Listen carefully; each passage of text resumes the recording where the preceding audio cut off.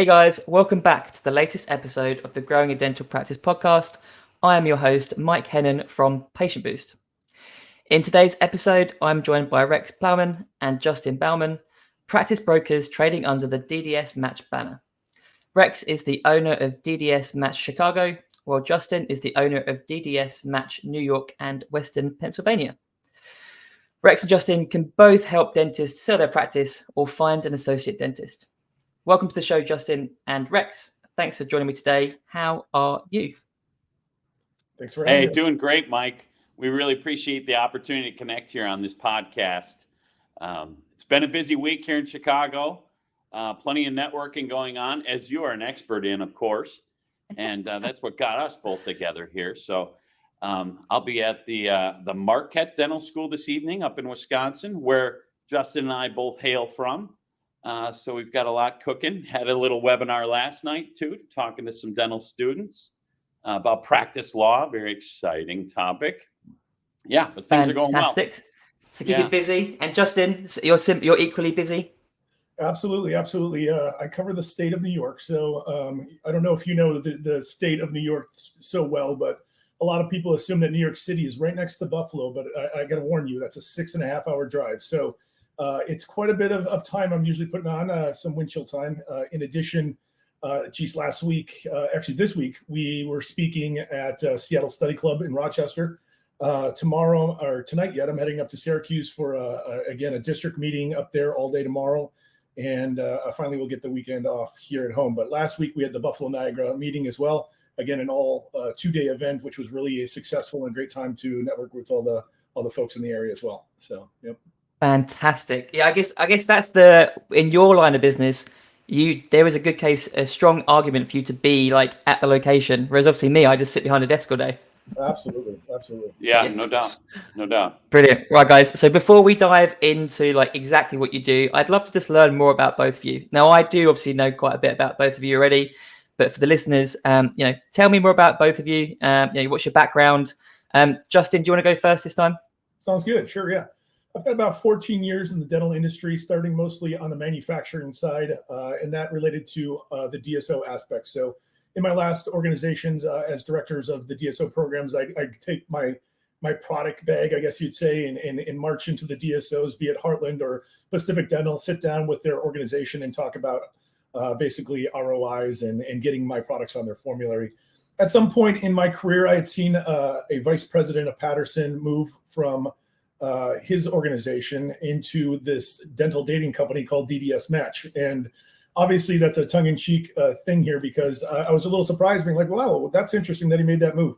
So I gave him a call, and his name is Neil McFadden, by the way, and he's out of the Carolinas, and gave him a call, and he introduced me to Thad Miller, who is, dare I say, the creator of DDSmatch and the originator, the founder, if you will.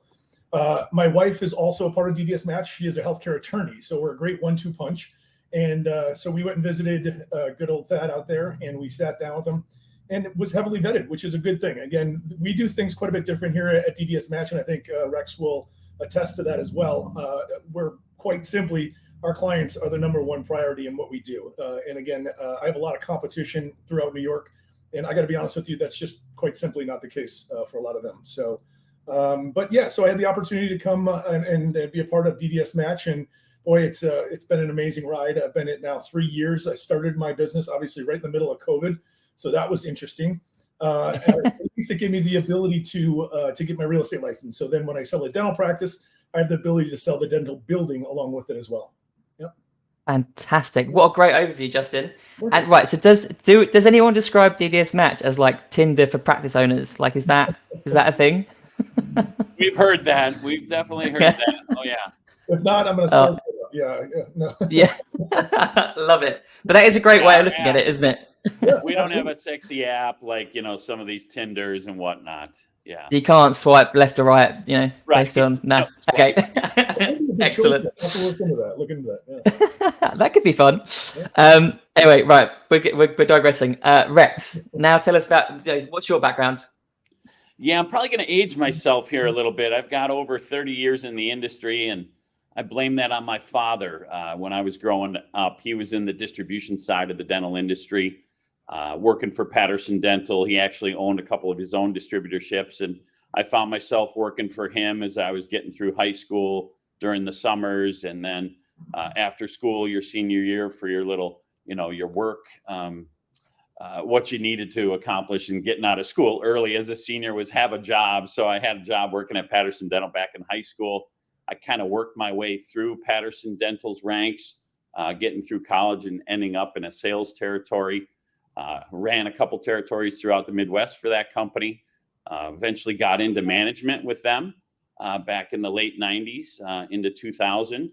And so I managed a couple facilities for Patterson Dental in Cleveland, Ohio. And then what brought me here to Chicagoland, their branch here in Chicago, as their general manager, where I started that back in like 2006 and was there until about 2017. And obviously, plenty of experience in the dental industry. And there was an opportunity to leave Patterson and look around into the industry and other industries as well. And at that point in time, I'd been talking to Thad Miller, our founder of DDSmatch, about filling the space here in Chicagoland for his brand. And I came to him when I was looking to move out of distribution and said, hey, could that be me working this territory?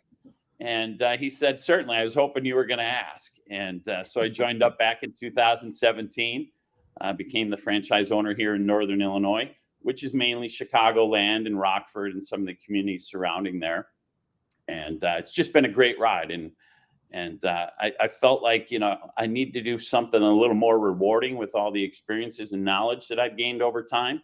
And I've certainly found that working with practice owners on such a critical piece of their career, which is, transitioning the ownership of their practice.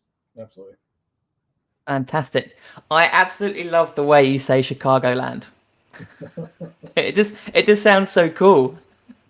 Yeah, there's so much more to Chicago than the city of. Yeah.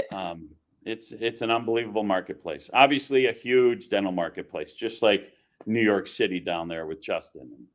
Yeah, I was going to say, I think that's that glorious Midwest accent that Rex has. Exactly.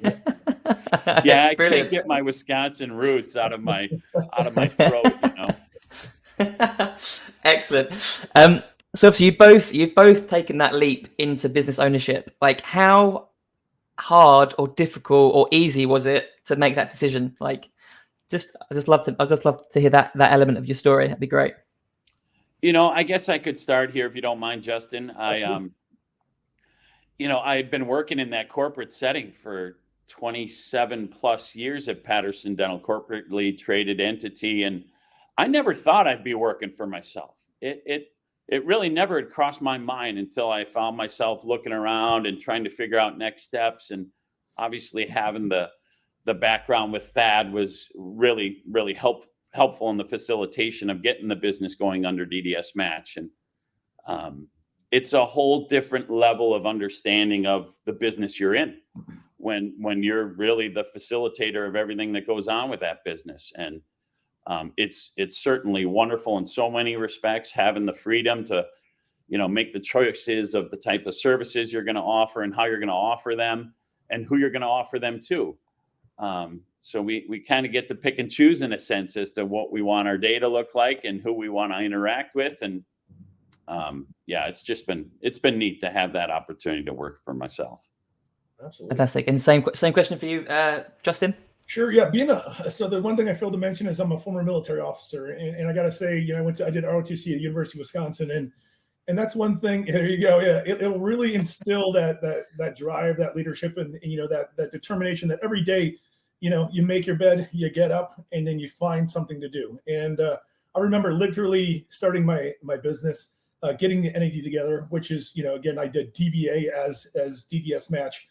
I sit down and I blink 3 times at the computer and kind of think, now what? And it's literally that. So it's getting out there, finding the opportunities. Now, unlike Rex, I was brought to Buffalo with a company called Ivoclar Vivadent, and I worked nationally. So I never got to know the local base of people around me. So that was a whole nother challenge that I had to kind of dig through and try to understand, like, okay, who do I reach out to now? Do I reach out to Patterson? Do I reach out to Benco?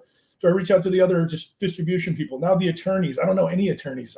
What about the CPAs? I don't know any of those guys either. So literally, creating social media with all of my my names and everything else on there, the DDSmatch New York and Western PA. That was a whole nother ball of wax. And then you go on LinkedIn and get to meet people like yourself and stuff like that. So it was just really just putting yourself out there, not being afraid to have conversations with anybody at any time. And then also referring back. So once you did get your first client, you're like, geez, now what do I do? And the great thing is the best thing about DDSmatch is the support structure. We are only a call away from, what are we up to now? Almost like 43, 44 brokers across the nation that have been there, done that. So, and every one of them is going to pick up the phone and give you the best practices on that. So it's great. Even today, I mean, all of us have a call every Monday. I mean, literally every one of us are on a group call and we chat about best practices, and it's amazing. So that support structure, I don't think you see in any other organization across the U.S. So fantastic. That's awesome. So obviously, probably still nerve-wracking at the time, but like knowing that you had that support structure behind you, absolutely made it a bit not easier, but you know what I mean, like a bit more. Yeah, no, it was. Yeah. And again, I never faked it either. That's not the thing. Again, being in the military, there's this thing that this midshipman does not know, but we'll find out. And that's literally the situation. You just don't want to fake it. You just say, listen, I'm not quite sure about this next step. I will, make sure I get the information and get it back to you. Today, things run very smoothly. Of course, I have an attorney that's an in-house attorney, which obviously makes things a whole lot easier. And again, I've created my COI structure and everything. So we're set. So that's great. But again, I just remember it being a now what situation once we had a DDSmatch up and running. So we knew a lot about dental practices. We'd been working with dental practices of all variety for so long, and now, well, how do you sell one? Yep. How do you sell one? Okay, that's a little different. Yeah, and that is a fantastic segue into how the hell do you sell a dental practice? Great question. You take the floor. Who's that one? Sure. We'll start with Rex. Sell a dental practice. What I reiterate to people as I'm going on this journey of practice transitions, it's not easy to sell a dental practice, and I know Justin can attest to that. You can have the most optimal practice in the best neighborhood, and there are just so many variables involved, so many moving pieces. Multiple people have their hands in the game, and it takes a lot of time, energy, a lot of problem solving.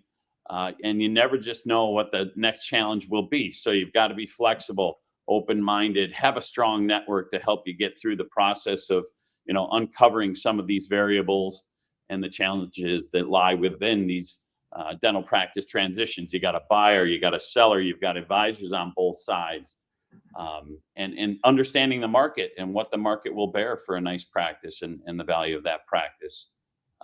It's months and can be years to facilitate a successful transition for folks. Absolutely. Just to give kind of a roundabout there. Yeah. Justin, what would you add to that? Yeah.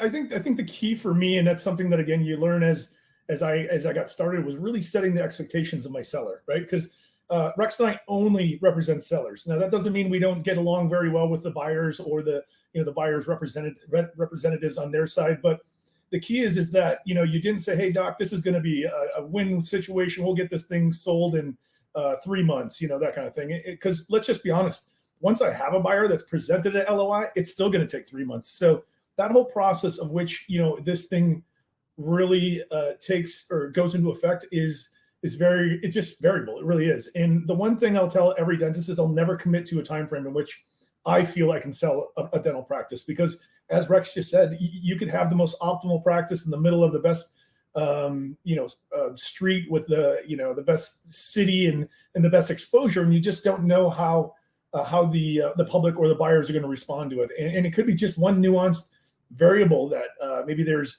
Medicaid a little bit higher than 25%, or maybe there's more insurance than PPO, or more insurance than fee for service. So whatever those little variables are in which that particular buyer is looking for, it really affects how you have to market your practice and how you find the right buyer. So yeah, to me, it's always been just setting the expectation and saying, listen, let's roll the punches, because it's always going to be finding that right person at the right time. So.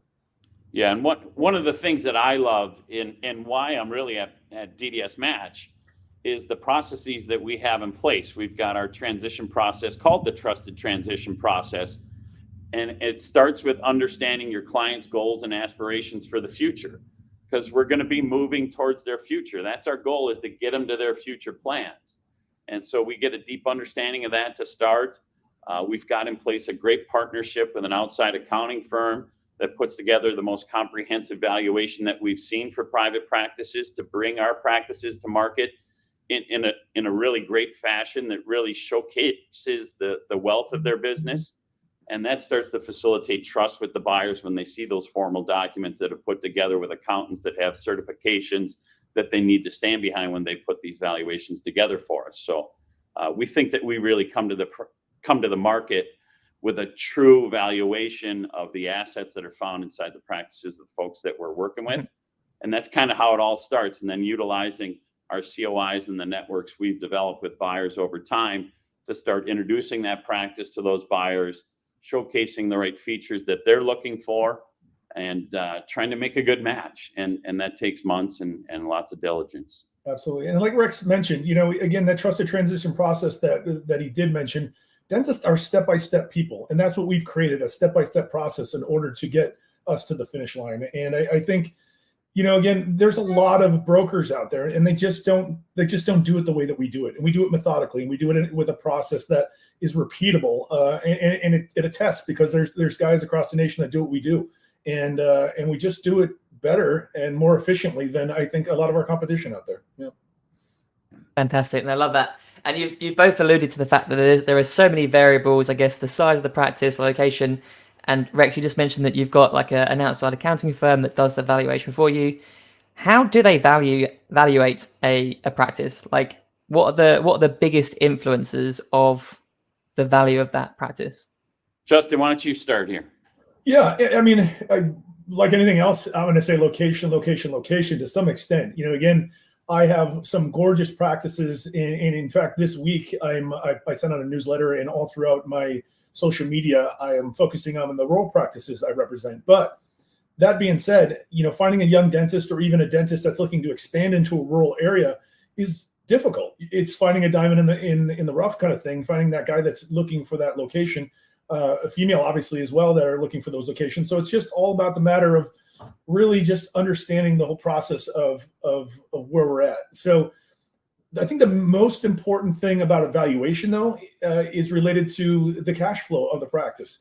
And that's what we're going to get into. Is it really a cash flow analysis of that? Where is the overhead sitting? Where is the profitability of the practice? And again, that's why we use a third-party organization, because it brings us out of that decision-making process, and it keeps us, as a mediator instead of a decision maker in this particular step of the process.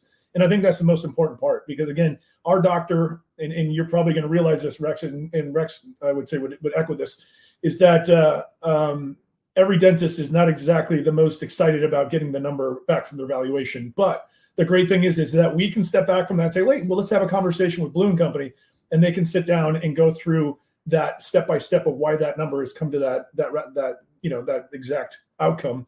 And typically after that, they're good to go. They really do understand that there is a reason for this, that it's just not an arbitrary number that's slapped down. So, yeah. Awesome. Yeah. Yeah. If I could add to that, please, yeah. I like to tell folks, it's not just every $1 million practice is not valued the same. Mm-hmm.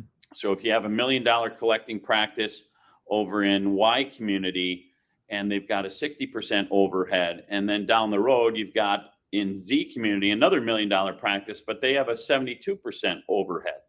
You can't put the price to be the same for those two commodities.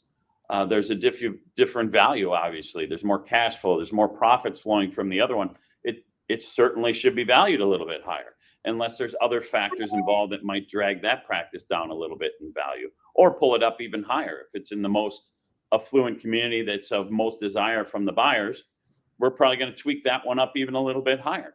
Absolutely. But it all starts with the free cash flow, as Justin mentioned, especially in private to private deals. And there are some obvious things too, like, a curb appeal. Again, you bring in even though something that may be very, very profitable, when you get in there and it's an older practice, the young buyer is thinking, geez, I'm going to have to invest in this and all that kind of stuff as well. But again, hopefully they have good advisors out there, because to me, that's the easy part. It's all about really developing a profitable practice first. And then second of all, worrying about, the aesthetics a little bit later. So, yeah, and those are all factors involved in the valuation. Absolutely. That $1 million practice with a 60% overhead that's humming along, that's great with their staff, and a great patient base that's really desirable to folks with PPO and fee-for-service mix. But maybe the equipment's a little bit aged, and really, I shouldn't say a little bit. It's usually more than just a little bit aged. And so we're going to put that in the valuation, that there's going to be a little CapEx expenditure from the buyers when they come in here, and we'll make that a part of our cash flow analyses so that everything's out in the open and they have a true understanding of what they'll take home when they purchase this practice.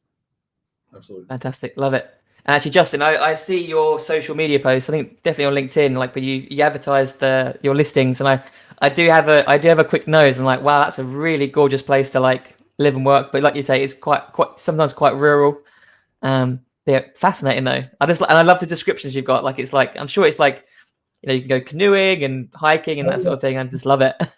And again, so New York State, everybody just thinks of New York. They think New York City, but I mean, New York State is a gorgeous landscape in general. I mean, there's 3 different sets of mountains just alone in New York State alone, and I think the one you're specifically speaking about is in the Adirondack Mountains, and it's a whole new cultural experience if you go from, say, New York City into this area, and you are the only dentist on the top of Lake George, and it's a hunting, fishing, hiking, outdoors activity, everything you'd ever wanted kind of experience. And those are fun practices for me to be a part of. I'm an outdoorsy guy myself, but they are a little bit more difficult. And again, that's setting those expectations, saying, hey, listen, this could take a little bit of time before we find the right dentist that's able to move from wherever they be. Even if it's Albany, moving north into the Adirondacks, it's a whole different ball of wax. So again, it's all about setting that up. And again, from my point of view, setting up that marketing expectation too, really trying to get the draw in, because again, initially I'm just trying to get attention to the product, and then I bring in a little bit more of the details and the introductions as well. So yeah, fantastic, love it. So you're both going to be a little bit biased on this question, but why would you engage, or why would a practice owner engage either the two of you or another practice broker to sell their practice? And why wouldn't they do it on their own, or shouldn't do it on their own? Yeah. Should I start here? Sounds good, Rex. So I want to relate this back to dentistry a little bit. And so if a friend of mine comes to me and says, I got a toothache, and I say, well, come on into my kitchen here. Let me check it out, see what you got. And I get out a toothpick and a little wrench, and I start digging around. I figure out what the tooth is that's disturbing my friend, and I see that he's got a nasty old amalgam, and you can see that it's decaying underneath, and it's probably a situation for a crown. I could probably get out a handpiece, and I could maybe draw a little bit of a margin there and cut that tooth down to prep to put a crown on top. I've seen enough of them through my years that, maybe I could do this for my buddy, maybe. And chances are, though, it's going to be a disaster. It's not going to go the way it should with a true professional that has the handpiece in their hand that does this for a living. And so that's what I kind of think back to a practice owner in selling their own practice. You only get to do it once. And I would assume that in those scenarios, and with many of us, when it's a big decision, big process in front of you, hire a professional, somebody that does this for a living. You do dentistry for a living. We do practice transitions for a living. You keep working on your practice, taking care of your patients and your family and whatnot, and turn that ball over to us to get the process in place that is proven over time to give us better results. More clear results and better success. And that's my thought. And obviously we've been working in the marketplace, just focusing on, who are the buyers that are out there? Who are the banks that are really good for the buyers to partner with, that will help my dentist partner who I'm selling their practice for get to their goal of getting to their retirement or next stage or whatever the plan is for them. And I just think that, boy, you only have one shot, hire a professional to get it done. Absolutely. Have either of you heard of any horror stories where the practice owner has tried to do it themselves, or are most dentists sensible? Well, yeah, without a doubt. I mean, they happen all over the place. And the thing is what I typically see when a doctor takes this kind of role on their own. It's quite simply, they don't have the time to really keep things moving on a regular basis. So even though that somebody's very interested and, maybe the guy down the road is like, hey, listen, I'm a young dentist. I'd love to purchase your practice. And then the dentist is like, great, I found somebody, I can run this one on my own. There's just not somebody driving the entire process again, or there's nobody, contacting the attorney on the outside and moving on to the next step from the LOI into the APA. And so these things, as I say, just tend to die on a vine. So without somebody driving the process, that's what happens. And again, it's like anything else. There are so many details in what we do that I don't think a normal person could really quite understand without having been there and done that before. So yeah, give it to the professionals to do, and we're going to make sure we look out for your best interest. And that's another thing. Again, sometimes you don't know which way you're going, and if that's really going to be something that's important to you or not. And again, we with our past experiences can really help guide that decision. So yeah. Yeah, I think one of the biggest examples that I hear over and over is the doctor trying to sell their practice on their own. And I give them a lot of credit for having the motivation and confidence to try and do so. But usually what we end up hearing is that they don't know what's usual and customary in the market to transact that business. And they withhold some things, they overinflate the price, and they end up wasting not only the time of the potential buyers that are out there examining the practice, but their own time as well. And they certainly have a goal in place to get this done in a certain time frame. And now that's going to go skipping by. Right. You're going to miss that date. You're going to be past it. All of a sudden, your attitude is going to change. Things might change in the practice as well. And it can just get a little ugly. And then folks might not trust you to come back, when maybe you have it properly aligned with the marketplace and are showing the true value and have all the documents in place. And let's talk about the elephant in the room, the DSO industry, right? So they're out there just pumping out these unsolicited offers daily to every dentist that's out there. So they got this offer that says, it shows up on their fax machine probably and says, I'll offer you, such and such amount of money for your practice, this much in day. And they don't know what each of these terms means literally throughout the process, or even if, we could actually negotiate more for this, or as Rex said, is it customary that this is part through the process? And Rex and I both have the experience to walk the dentist through a DSO acquisition. And typically, if anybody were to accept that first offer, they are doing themselves a disservice throughout the whole entirety of their would-be tenure, I guess you'd say. Yeah. Excellent. So I guess isn't the first rule of negotiations never take the first offer? Isn't that what we learn in the movies? But it's convenient. It could be really convenient. Maybe this is going to make it easy, and I'll just get to where I need to be. Yeah. But there's everything about in that deal, anything from AR to the offer price alone to employment agreements that are also attached to that. So everything else there's just a ton of information just in that small little LOI. That's a 2-pager that comes in and gives you your first offer. So that all has to be hashed out before we get into the next steps of the deal. So yeah. Fantastic. Love it. And so if I was a practice owner looking to sell my practice, how far out should I start thinking? Or from your perspective, what would be the ideal distance from deciding to sell it to actually selling it versus kind of the reality? Because I'm assuming that's what's ideal isn't always what happens in the field. Right. Yeah. I think Rex will attest to this as well. So the 3 to 5 years is typically what we like to say.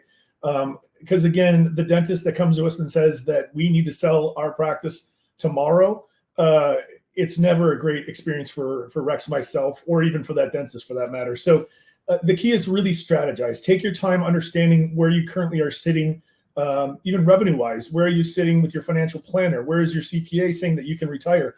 I've literally got into a deal that's got down to its last leg, and the CPA of my seller said, listen, I just can't make the numbers work. You cannot quit doing dentistry right now. So all these things have to be really thought out prior. And then the strategy, how long do you want to work? Do you still want to work in this practice 1 day a week? Do you want to work 3 more years? All those, dare I say, details need to be really ironed out prior to coming to market. And then another thing is preparing it for market is a whole nother ball of wax, getting the valuation. If it's not a valuation for a private sale, then we need to do an EBITDA analysis for a DSO sale. So these things all need to be done prior to bringing it to market. And it just is going to make our job a whole lot easier to do that. And I'll let Rex take it from here, because I'm sure he's got a lot to add. So. Yeah, I'd love to see that the doctor, and we do see him every once in a while, that says, hey, I've got 5 years to go. Here's the date on my calendar that I want to be exited from the practice. Now, what do I need to do, Rex, to maximize the wealth of my business and make it attractive for buyers? Love to have those conversations all day, every day, right, Justin? I mean, that's perfect. Okay, we can point out the strengths, we can point out the weaknesses and the opportunities for them, and then we can, systematically get it prepared for the marketplace, working with other, COIs that we have that are trusted advisors in the dental community to help them maybe build up their recall program, bring new patients in the door, get the equipment fine-tuned and upgrade where needed. That's perfect. And obviously, we're going to work with the folks that say, can you sell my practice? I'm ready to go tomorrow. Right. That's what we do primarily, just because that's the way the dentist is.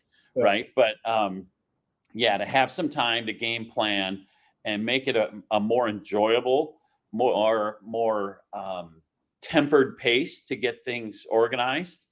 I'm bringing a practice to market right now, a very impressive practice, 8 operatories, does about $5 million in collections. And it's taken us about 5 months to organize their books and to really figure out what's going on with their financials, their production, all the players involved in the practice, et cetera. So it's not an easy task. Yeah, and it's best to really take some time doing that. But as Rex said, typically what we're going to see is probably somebody that's say, I'm ready to go within a year to 2 years max. So, and that's the realistic option of it. So, yeah. Yeah, and just to Fantastic. mention, Awesome. the statistics out there is that it takes 7 to 9 months to sell a general practice, a little bit longer for a specialty practice. And as we all talk about with our clients at DDSmatch, it could go faster. So be prepared for a quicker transition opportunity with a buyer, or be prepared for it to go longer, because we could have both situations. Mm-hmm. Yeah, I can imagine it being tough from the owner's perspective, because I know when I was working, I was employed, before I started the business as an employee. As soon as I made up my mind to quit the job or hand in my resignation, I wanted to leave. And I'm lucky that I've only got a month on my notice period, whereas the dentists have got so much. When they want out, they've still got like a long time before they actually get out. So that must be quite tough. Like, the dentists complain about that or stress over that? They absolutely do. In fact, I was with a dentist last night, and we're doing a practice showing, and he had previously lost his office manager, and as soon as that happened, that shut the door in his mind that he had to move as fast as he could to get his practice transitioned. So, and there's a lot of emotions that really go through a doctor's minds. Not only, they may be thinking, yes, I need to move this quickly, but then they get into a deal transition period where, they start thinking about, geez, I've owned this practice 35, 40 years. I've seen patients come in who have children, and I've seen their children. So there's a lot of, just dealing with emotions that I think Rex and I have to do on a daily basis as well. So yeah, it happens quite often. But again, those that you have to ask them to have a little patience, and you got to help. You want to keep that gas pedal down, because again, we don't want to all of a sudden get in this a couple of months. We do the newest P&L, and we see that there's a trajectory right to the floor on the revenues. That's not going to help anything. So again, we just got to keep being the little motivators, dare I say, to keep the practice moving, so we can to help them get this a lot quicker over the edge. That is. So yeah, fantastic. Yeah. Love it. That's brilliant. And so obviously, the valuation and what the monetary value that the practice owner is going to get out of it, obviously that's a pretty large, important part. What other aspects or what other areas matter to the selling practice owner? Like, what else is key to that transition? Like, what else are they looking for other than just money? Yeah, it kind of goes back to our trusted transition process, which is figuring out really what their true goals are. Mm-hmm. Where do they want to be, and when do they want to be there to be happy? And so we're going to gauge our whole game plan around those pieces. Like, many will say, I've got 7 grandchildren. They're all out of state. I only get to see them on long weekends 3 times a year. And I want to open up the calendar so I can spend more time with those family members. And that's a big part of some people's transitions. Some want to travel. And so that's what it's all about for them. Just getting that freedom from ownership to have the time to get out and do what they enjoy. It could be hobbies, it can be family, it can be travel, and so many other things. And sometimes the money isn't the biggest factor. To some it is. It clearly is to some. What can I get for this practice? Let's make sure I get it, Rex, and I totally understand that. Many of the aspirations are all about some of the things outside of the practice they want to accomplish. Absolutely. Yeah. And I think I've heard both of you on separate occasions mention like legacy. Like how important is like the practice owner leaving their legacy? Like how does that play into things? I think it's one of those main aspects that kind of sits behind, dare I say, the things that are a little bit more outgoing about what a practice is like, as you mentioned, the money and everything else that goes along with that. I always say, listen, to my sellers, I go, listen, the one thing about selling a dental practice is that you get to choose the buyer. And that means if you don't like their haircut, you don't have to select them. And it's that simple. So the point is because, you want to preserve that legacy. They really do care about their patients. And they want to make sure their patients, their staff are well taken care of throughout that process. And again, I typically already kind of know. I mean, it's called DDSmatch for a reason, because we know, we go through the vetting process with our buyers. We make sure they're just not tire kickers. We make sure they're financially approved for the practice they're looking at. So we kind of know already, if this is going to be, dare I say, some sort of match. Other times that, personalities clash. Yeah, but it's rare. It really is. So typically, you find somebody who's got a very caring attitude, outgoingly, soft-spoken, and you want to find somebody that's very similar to that in the same type of dentistry that they're going to perform, and then match those two together and see where it works. Other dentists, again, at this point, they shut down and they're like, I don't care. I want somebody in here that can take it. I'm just done with this whole process. But that's what Rex and I, do. We sit down and we really find out what is important to that dentist. And we make sure that that's what we focus on. So, legacy is kind of like that underlying piece of the puzzle that they don't necessarily highlight to Justin and I. And sometimes I'm amazed as I see how important that becomes as we bring in potential buyers. And now they start talking about, well, I'm kind of worried about my staff. And I don't know if that'll be a good match with my staff, or I'm really worried about the patients when I hand it off to this practice owner now. I didn't really think about that before, but now that I've met a few buyers, it's becoming more important to me, Rex. Mm-hmm. And, I hear that, I see that with just about every single seller. And I've even had it where a person has put in an offer and my doctor's like, no, this guy's way too arrogant. I'm not selling it to him. So they can start standing on these mountains they want to die on for no reason. And it's okay. It's like, this is your legacy. Well, I'll find you somebody new. We'll move on. So that's what we do. Again, it's most important to care about what their concerns are than our own. So yeah, fantastic. No, that's fantastic. Really love it. Now we've spent most of the podcast talking about obviously how you guys can help dental practice owners sell their practice, but I obviously know that you can both help someone find an associate dentist. So let's just briefly touch on that. Like, what's the process like? I know it's quite a competitive market, or it can be quite hard to find an associate right now. Just walk me through kind of how it works from your side. Rex, you want to touch on that? Sure. So, associate recruitment is a great service that we offer at DDSmatch, and it's not easy to find a good match there either. Just like putting a buyer and a seller together, finding the right associate for that practice owner and the nuances going on inside of that practice. That's a critical little process there that we got to go through to try and match up the right folks together. Absolutely. And that can take some time. Even in the most desirable markets, it can be tricky to find the right associate, and it can take some time.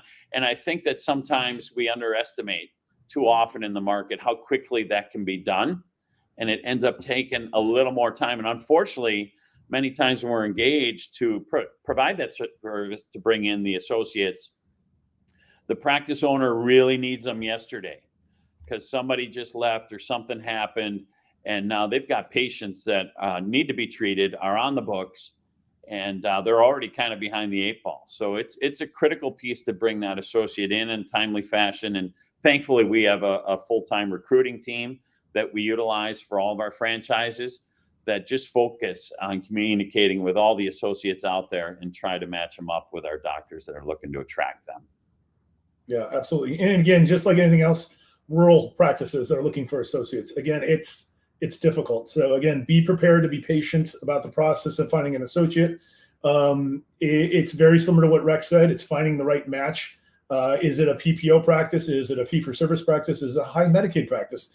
Some dentists that are young associates, are leaving dental school nowadays with these preconceived notions of what is good and what isn't good. And sometimes Rex and I have to sit them down and talk about, what is really important to you and kind of, walk them through what it is to work in practices that maybe have a little bit less, dare I say, bells and whistles, but still has a really high amount of production, because again, we're talking usually about 35 to 40% in that range of what they will get for compensation, among other things that go through that benefits and that as well. So yeah, I mean, I do have clients that are like, hey Justin, it's been 2 weeks. Where's my associate? It's been, so these things take a little bit of time. And as Rex can attest, it's just not a really saturated market at this point. Associates are really sought after. Hygienists are really sought after. We don't do hygienist placement or any other staff member for that matter, but it is a difficult market, and finding. But I always say, listen, if you are going to work with somebody, we're going to be one of your best opportunities to find that, because again, we scour the nation, or the state of New York for this matter, and Western PA to get those associates for you. So yeah, we're in the dental schools. We're going to all the networking events with dentists, from coast to coast, and that's where the DDSmatch brand is really strong, because we have partners covering all the markets from coast to coast, putting buyers and associates into our system to help fulfill the needs of our practice owners we're working for. That's a good point, Rex. I was just at the University of Buffalo, right? They have a ton of dental students that run through the dental show that was there last week. And I'm there like passing out business cards. Hey, listen, you may not stay locally, but I do know somebody in some other part of the country that can help you. So just give me a call. I'll set you up. So it was just handing them out like that as well. And they all got a little kick out of it, of course, but it was a lot of fun as well. So, yeah. And boy, Fantastic. God forbid you need a specialist today in your practice.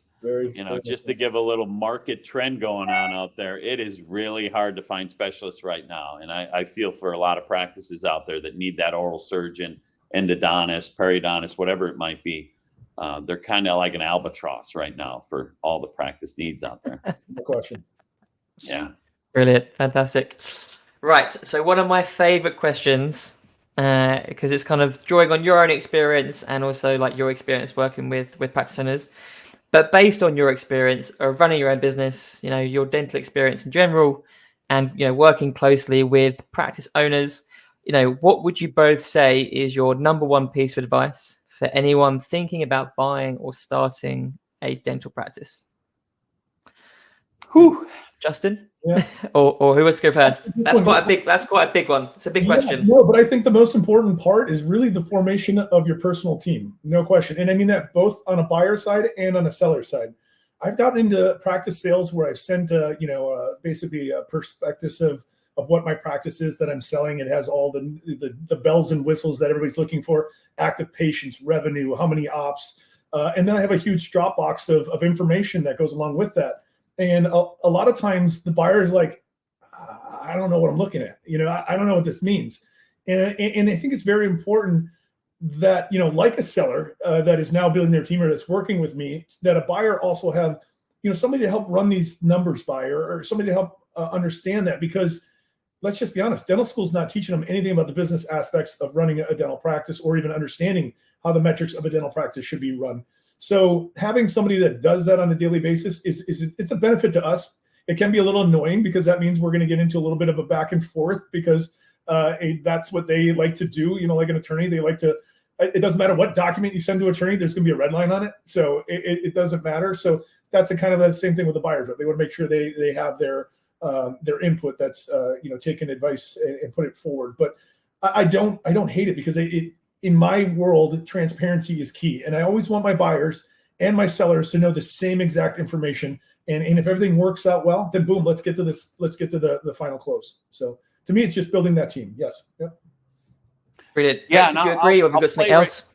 Yeah, I'll play right off that. It's really about getting organized and getting ready for this opportunity that's going to arise when you find a practice that kind of fits those boxes that you're looking for, that little check off list you have. So obviously you got to be organized. You got to prepare for what you're looking for. Where do you want to find it? What kind of a practice?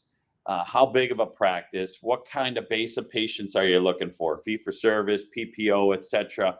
You got to have that in your mind already as you're going out there trying to look around to find a practice opportunity. And just a real life scenario that hit me over the summer was I had a nice practice for sale. There was plenty of interest from the buyers out there in the marketplace. And there was a really sweet buyer out there. She really wanted to get involved. And meanwhile, I know there's already LOIs being prepared by other buyers to come in for this practice. And she's like, okay, well, I got to go find a bank, and I got to go talk to an accountant, and I need an attorney too. And I'm trying to tell her that, with an LOI, you might not need all that, because there'll be plenty of time for due diligence to make sure that everything's kosher with what you thought the practice was and what you've offered and those kind of things. But she just couldn't go there. It was too much for her to just kind of wing it. And so she went to go find all those trusted advisors she needed on her team. And by the time she came back to me, we were already under LOI with another buyer. And I had to tell her that she missed on that opportunity. And she'd been looking for a year already. And so now, who knows? It could take her another year to find a practice that was as attractive as that one. And so it's critical to be ready to go, to be organized with your team. Absolutely. So you would say have that team in place before you start looking, or yeah? Yeah, and it's not like you'd be sort of retaining them and paying them any money, as you're just looking around for a practice, but just to have them in your back pocket, have the familiarity with them, know what the services are that they offer, so you can run when you need to.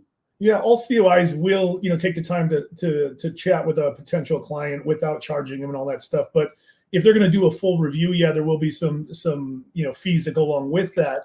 But if you're assembling your team, you're like, hey, listen, if I find a practice, you can review it. Good. If I get into an LOI, you can review the LOI. Okay, good. So you have everything ready to go should you need it. I think the most important part, though, as Rex can probably attest, is making sure if you're a young buyer, or even a buyer for that matter, that you've checked out the financial aspects of your life. That means reaching out to the bankers of the world that do practice financing, that provides Bank of America's, Wells Fargo, Citi. I can go on. PNC. The great thing is that, again, we can help you find those people. But the key is that you really got to understand what size of practice you can afford in your life as well. And I think that's very important, that I always, as we call them, tire kickers, that people aren't out there just kicking, one of our big practices tires, and they can't afford it. So that's a something that I think is important for Rex and I to figure out, So, Yeah. Brilliant. Love it. Fantastic. So, gents, if anyone in the state of New York or Western Pennsylvania or Chicago, Illinois, if they want to move to the area and they want to speak to either of you, how can they contact you? What's the best way to contact you? Yeah, we've got our 1-800 number, so to speak. It's a 855, but so you can reach us at 855-546-0044. And Justin, where else can we be found? You can go to our website, www.DDSmatch.com, DDSmatch.com. You could set up a profile, be you a young associate looking for a doctor or an office, a doctor looking for an associate. You could set up a buyer profile. You can set up a seller profile. So all of these things are important. You go on there. That's going to inkle right back into us. So in other words, if you set up a profile in New York, it'll give us a heads up. If it's in Chicago, it'll give Rex a heads up. If you're in a different part of the country and you are wondering what's going on with DDS Match, same kind of situation. Texas, our friend Steve Hipson down there, it'll click him and he'll be able to contact you as well. Or you can reach us at our individual emails.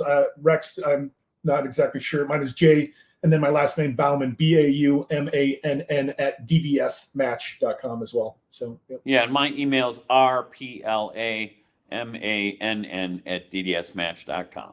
Absolutely. Serving Northern Illinois and Chicago. Fantastic. Thanks, guys. I will include all of your details in the show notes.